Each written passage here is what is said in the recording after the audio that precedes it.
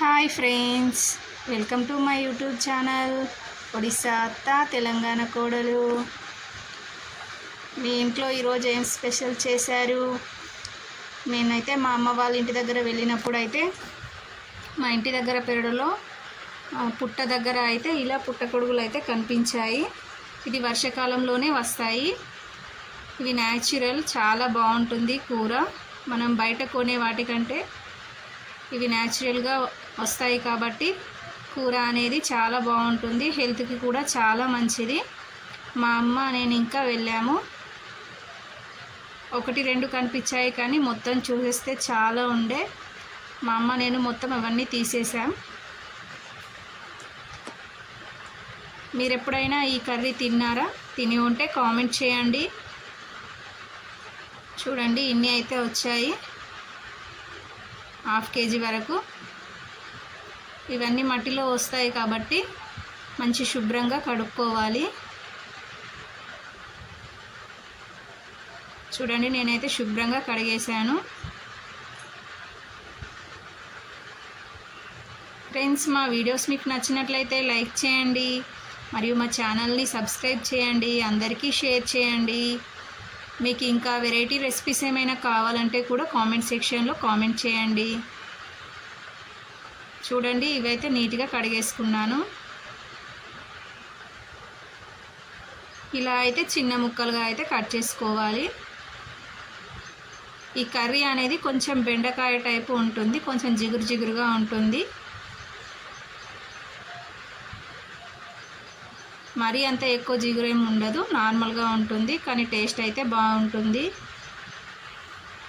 ఇలా అన్నీ అయితే చిన్న ముక్కలుగా కట్ చేసేసుకున్నాను.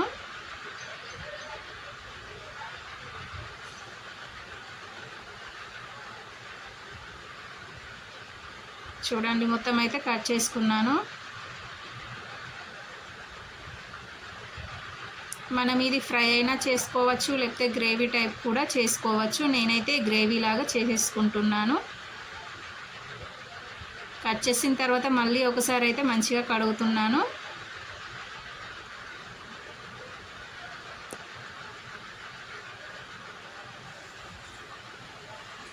ఒక కడాయి అయితే పెట్టుకొని, కడాయి వేడైన తర్వాత కొద్దిగా ఆయిల్ అయితే వేసుకున్నాను. ఆయిల్ వేడైన తర్వాత ఒక 4 ఉల్లిపాయలను అయితే ఇలా కట్ చేసి వేసుకున్నాను గ్రేవీ కోసం.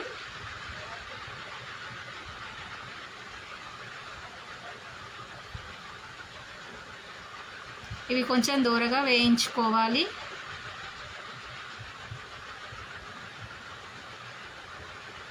ఒక 2-3 టమాటాలను కూడా ముక్కలుగా కట్ చేసి వేసుకోవాలి.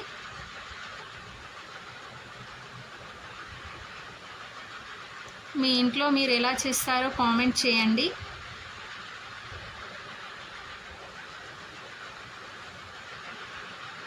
చూడండి, టమాటాలు కూడా వేసేసుకున్నాను. ఉల్లిపాయలు అయితే కొంచెం బ్రౌన్ కలర్లోకి వచ్చేసాయి. అలాగే పచ్చిమిర్చి కూడా వేసుకోవాలి, ఒక 2-3.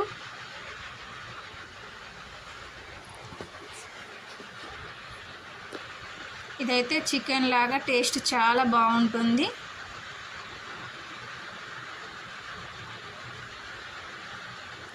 వెల్లుల్లిపాయలు కూడా వేసుకోవాలి.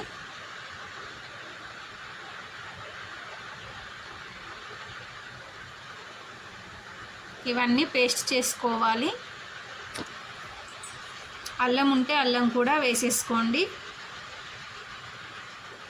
మళ్ళీ అదే కడాయి పెట్టుకున్నాను. కర్రీకి సరిపడా ఆయిల్ వేసుకోవాలి.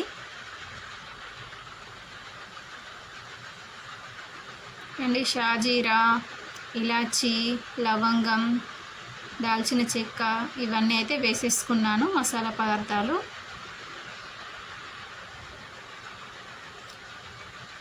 అల్లం పేస్ట్ వేసుకుంటున్నాను.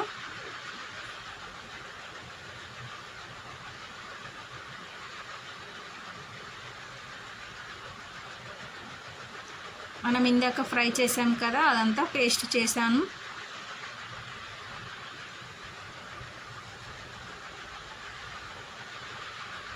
ఈ పేస్ట్ చేసిందంతా ఇప్పుడు ఆయిల్లో వేసేసుకోవాలి.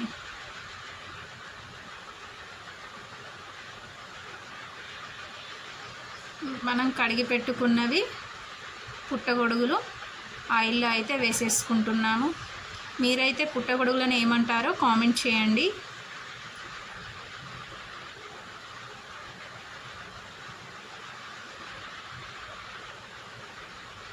మా చిన్నప్పటి రోజుల్లో అయితే మా చేనులోకి వెళ్ళేటప్పుడు అయితే ఇవి గొడుగుల్లాగా వాటితో చాలా ఆడుకునే వాళ్ళం. 1 స్పూన్ వరకు అయితే పసుపు వేసుకోవాలి.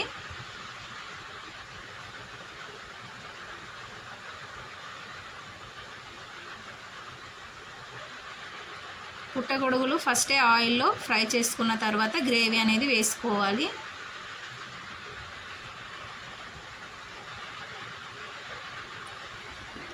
వన్ అండ్ హాఫ్ స్పూన్ వరకు అయితే కారం వేసుకుంటున్నాను.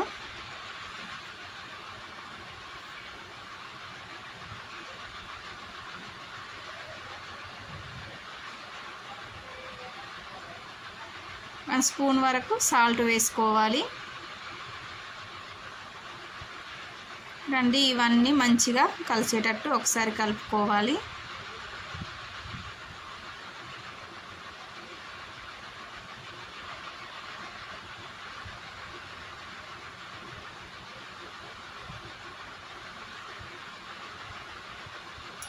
ఇప్పుడు ఈ పేస్ట్ని అయితే వేసేసుకోవాలి.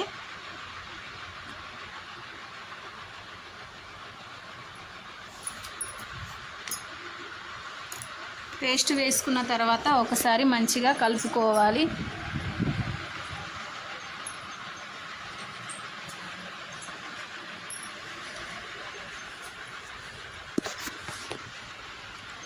చూడండి ఎంత బాగుందో, చూస్తుంటేనే తినేయాలనిపిస్తుంది. చపాతీలోకైనా పూరీలోకైనా చాలా బాగుంటుంది.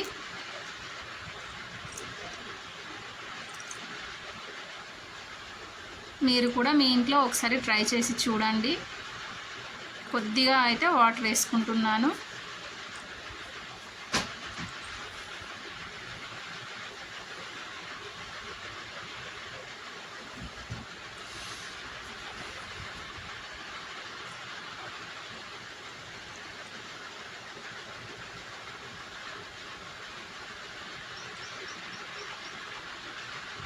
చాలా బాగుంటుంది టేస్ట్. మీకు ఇంకా వెరైటీ రెసిపీస్ ఏమైనా కావాలన్నా కూడా కామెంట్ సెక్షన్లో కామెంట్ చేయండి, మేము వీడియోస్ చేసి పెడతాము.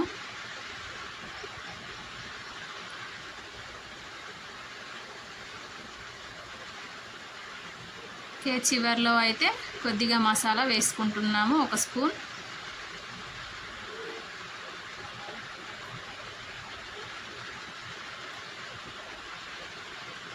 వన్ స్పూన్ ధనియాల పొడి వేసుకోవాలి.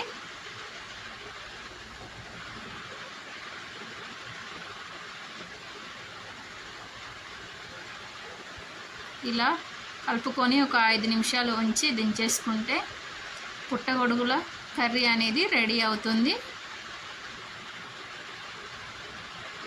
Okay, ready friends.